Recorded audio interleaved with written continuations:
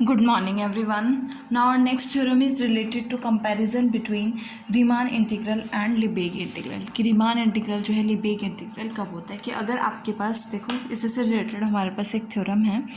Let f be a real valued bounded function defined on close interval a comma b if it is Riemann integrable. कि अगर आपके पास f जो है real valued bounded function है जो close interval a comma b पे defined है और वो रीमान इंटीग्रेबल है on close interval a comma b पर, देन हमें क्या शो करना है कि इट इज़ लिबेग. अगर वो रीमान इंटीग्रेबल है तो लिबेग इंटीग्रल भी होगा और रीमान इंटीग्रल किसके इक्वल हो जाएगा? लिबेग इंटीग्रल के इक्वल हो जाएगा. ये शो करना है. सबसे पहले रीमान इंटीग्रल और लिबेग इंटीग्रल बता देते हैं कि रीमान इंटीग्रल में आपके पास जो फंक्शंस होते हैं जब आप उनको इन्फिमम और सुप्रीमम के फॉर्म में लिखते हो तो वहाँ पे स्टेप फंक्शन होता है और लिबेग इंटीग्रल में सिंपल फंक्शन होता है. तो सबसे पहले हमें गिवन है कि एफ रीमान इंटीग्रल है तो अपर रीमान इंटीग्रल जो होगा वो किसके इक्वल होगा? ये हमने प्रूफ भी किया हुआ है स्टार्टिंग में ही.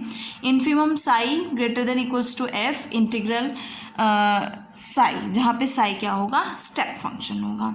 और इसी का जो सुप्रीमम होगा जहाँ पे कंडीशन क्या होगी? Phi less than equals to F होगी, इंटीग्रल फाई होगा. ये क्या बनेगा? रीमान लोअर इंटीग्रल बनेगा और जहाँ पे फाई क्या होगा? स्टेप फंक्शन होगा.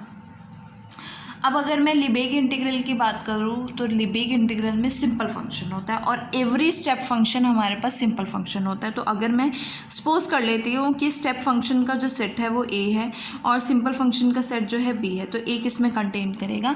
b में कंटेन करेगा.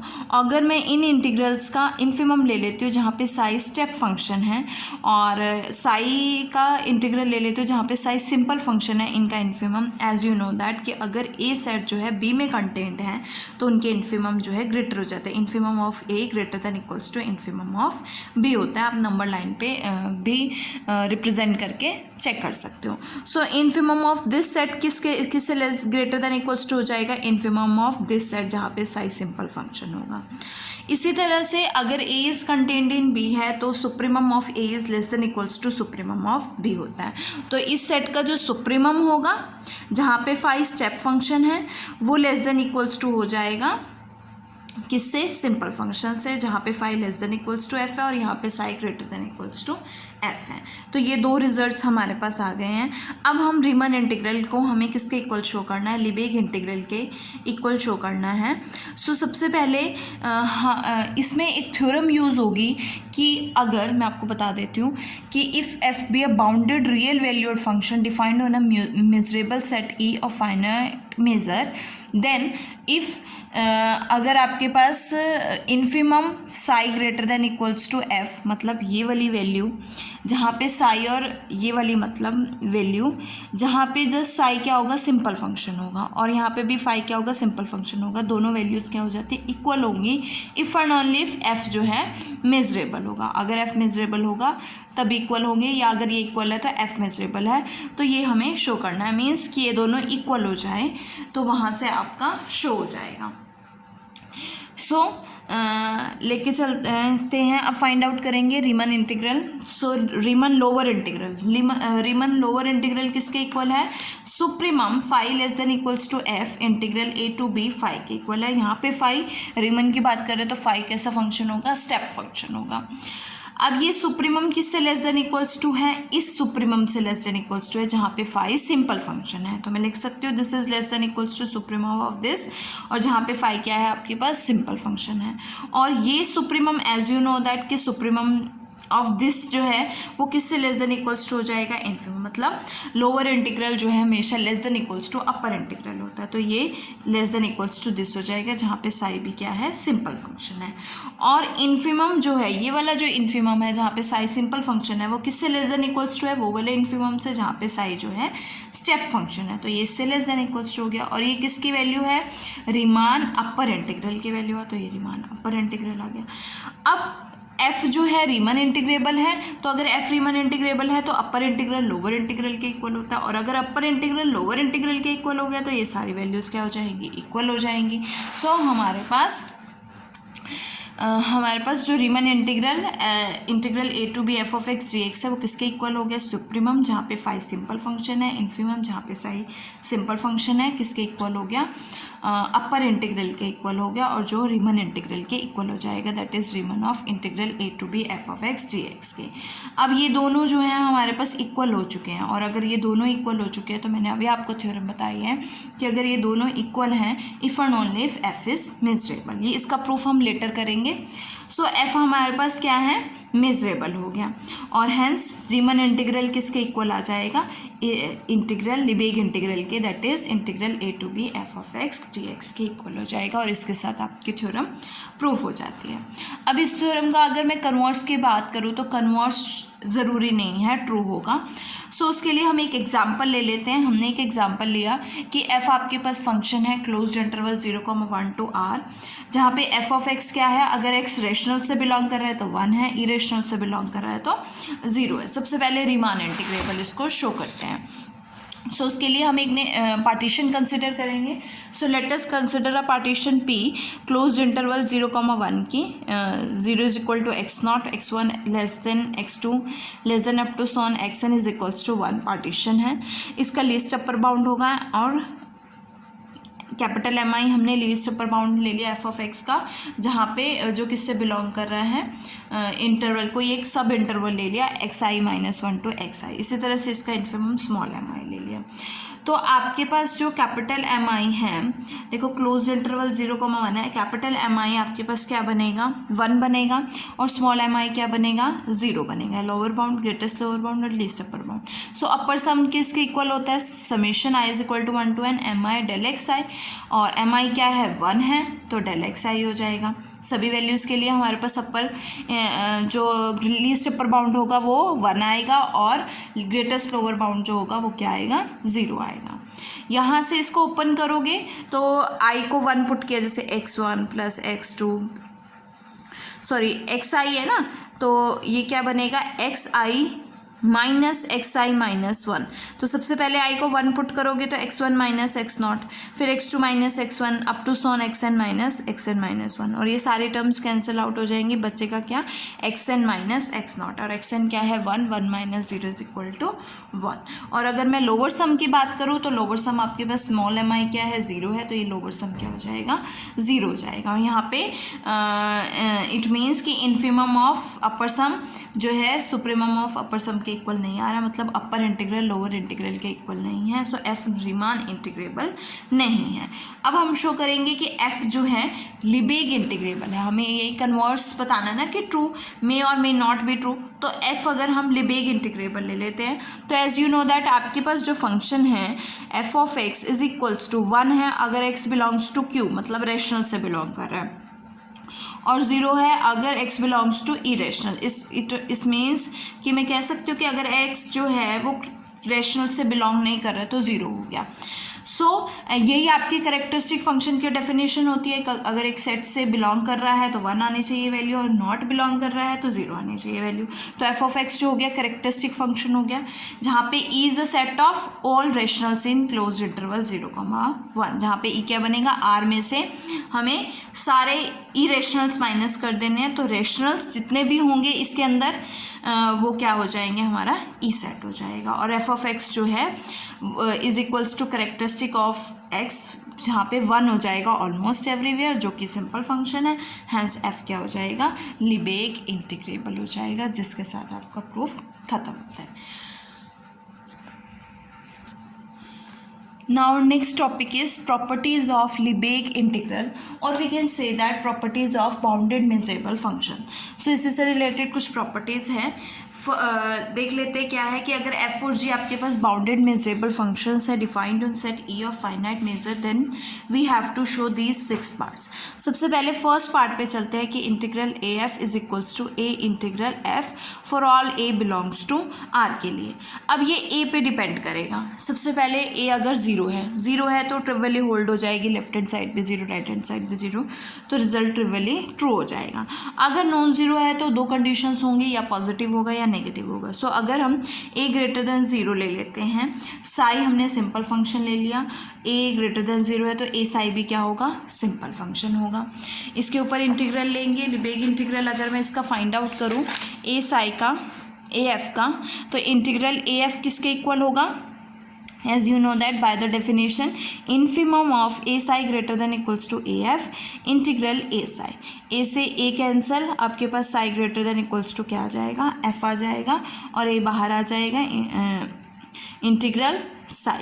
सो ये वैल्यू आपके पास क्या बनेगी, इंटीग्रल ऑफ f। सो यहाँ से आपके पास लिबेग इंटीग्रल ऑफ ए एफ किसके इक्वल हो जाएगा, ए इंटीग्रल ऑफ एफ के इक्वल हो जाएगा। सिमिलरली अगर नेगेटिव है, सपोज नेगेटिव है, तो मैं सेम कंडीशन ले लेती हूँ कि A psi greater than equals to A F है। अब ए नेगेटिव है तो साइन चेंज हो जाएगा, लेस देन इक्वल्स टू बन जाएगा और इन्फिमम क्या हो जाएगा, सुप्रीमम हो जाएगा। सो यहाँ से सुप्रीमम इंटीग्रल ए फाई हो जाएगा, ए को बाहर लोगे तो ए सुप्रीमम ऑफ इंटीग्रल फाई, और ये किसकी वैल्यू है, इंटीग्रल एफ की वैल्यू। तो यहाँ से दोनों केसेस में आपके पास इंटीग्रल ए एफ जो है ए इंटीग्रल एफ के इक्वल आ रहा है। नाउ सेकेंड पार्ट देखो आपके पास क्या है, in part second we have to show that integral of f plus g over set E is equals to integral of f over E plus integral of g over A, means कि हमें ये show करना है। तो हमारे पास दो functions हैं F and जी, और एफ और जी के कॉरस्पॉन्डिंग मैंने दो सिंपल फंक्शंस ले लिए, psi one and psi two. अगर साई वन साई टू दो सिंपल फंक्शंस हैं तो psi one greater than equals to F होगा और psi two greater than equals to G होगा। तो इनका सम भी ग्रेटर देन इक्वल्स टू क्या हो जाएगा, एफ प्लस जी, जो भी क्या बनेगा, एक सिंपल फंक्शन बनेगा। और वी कैन से दैट कि f plus ji less than equals to psi one plus psi two. Integral लेंगे तो इंटीग्रल भी less than equals to this हो जाएगा। इसको सेपरेट कर इसको लिख सकते हो is equals to integral psi one plus integral psi two, और अगर इससे लेस है तो इनके इन्फिमम से भी हो जाएगा integral F plus, because all psi one psi two के लिए है तो integral E F plus ji less than equals to infimum, जहाँ पे psi one greater than equals to F है इंटीग्रल साई वन होगा, और इन्फिमम जहाँ पे psi two greater than equals to G है। और ये इंटीग्रल बनेगा लिबेग इंटीग्रल बनेगा f प्लस लिबेग इंटीग्रल बनेगा g बनेगा, और यहाँ से आपकी वैल्यू क्या हो जाएगी, integral f plus ji less than Lebesgue integral of f plus ji less than equals to Lebesgue of f plus Lebesgue of g हो जाएगा। अब हमें greater than equals to show करना है। सो उसके लिए मैंने एक और सिंपल फंक्शन लिया है फाई वन और phi two. So phi one जो है less than equals to f है, फाई टू भी less than equals to g है। So phi one plus phi two भी less than equals to f plus G होगा, और ये भी क्या होगा, सिंपल फंक्शन होगा। अब f प्लस जी जो है ग्रेटर देन इक्वल्स टू आपके पास क्या हो गया, f plus g greater than equals to phi one plus phi two, तो इनका इंटीग्रल भी क्या हो जाएगा, ग्रेटर हो जाएगा। और इसको आप लिख सकते हो integral phi one plus integral phi two, और ये किससे ग्रेटर होगा, सुप्रीमम से भी ग्रेटर होगा, और ये वैल्यू क्या होगी, Lebesgue of f plus Lebesgue integral of g। तो ये किससे greater than equals to, less than equals to हम शो कर चुके हैं, ग्रेटर देन इक्वल्स टू आपके पास आ गया है, तो ये क्या हो जाएगा, दोनों इक्वेशन से इक्वल हो जाएगा। नाउ थर्ड पार्ट है, हमें गिवन है कि f is equal to g है almost everywhere, we have to show that Lebesgue of f is equals to Lebesgue of g हो जाएगा। Lebesgue integral of f is equals to Lebesgue integral of g हो जाएगा।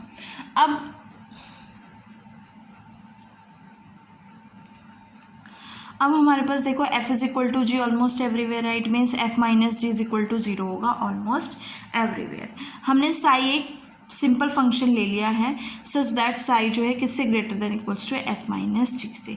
अगर Sai F minus G से greater than equals to है और ये zero है ऑलमोस्ट एवरीवेयर, तो psi greater than equals to zero हो जाएगा ऑलमोस्ट एवरीवेयर, और इसका integral greater than equals to zero हो जाएगा for every simple function psi के लिए।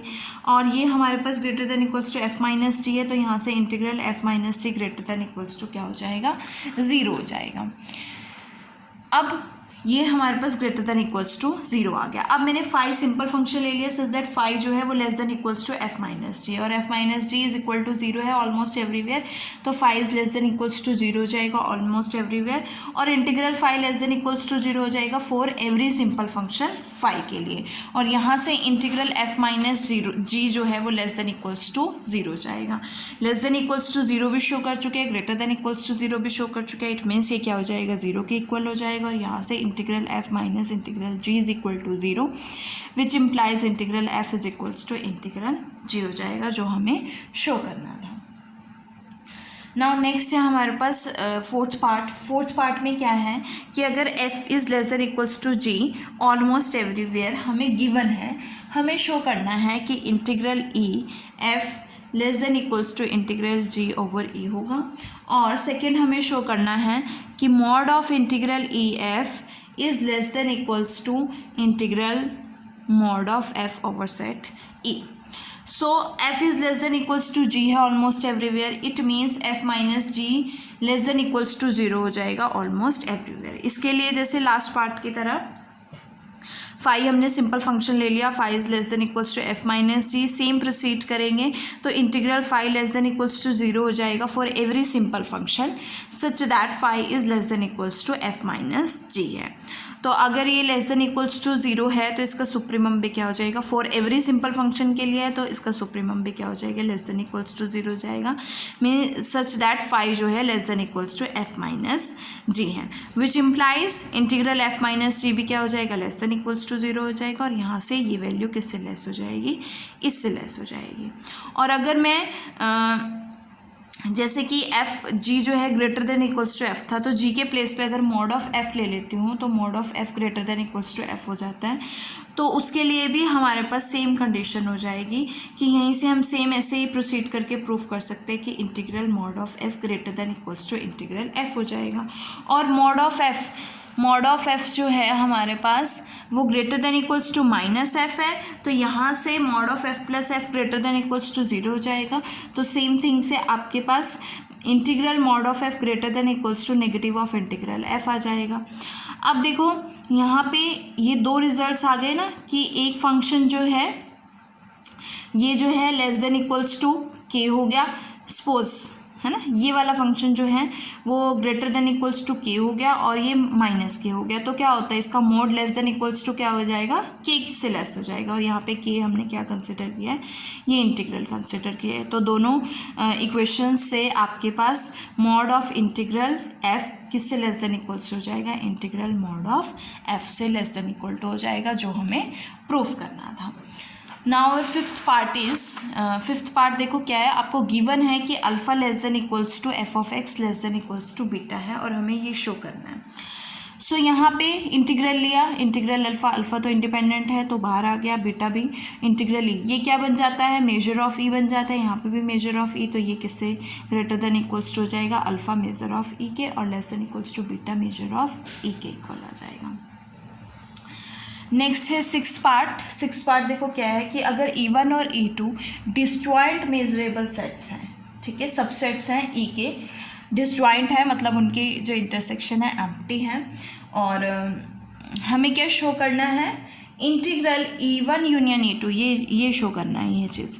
तो इसके लिए ले लेते हैं कि let E is equals to E1 union E2 and integral F is equals to integral over F E1 union E2।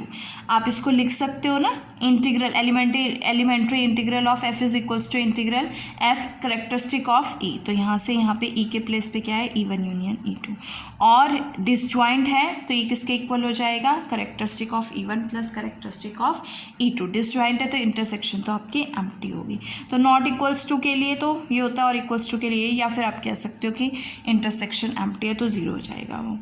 यहाँ से हमारे पास ये आ गया। अब हम इसको सेपरेट कर सकते हैं, integral F characteristic over E1 plus characteristic function over E2, और सेपरेट करेंगे integral of F characteristic over E1 plus integral F characteristic over E2, और ये वैल्यू क्या बनेगी, integral F over E1 plus integral F over E2। तो यहाँ से E1 union E2 किसके इक्वल आ गया है, integral F over E1 plus integral F over E2। इसके साथ आपका जो है ये टॉपिक ख़त्म होता है, और नेक्स्ट वीडियो में हम बाउंडेड कन्वर्जेंस थ्योरम करेंगे।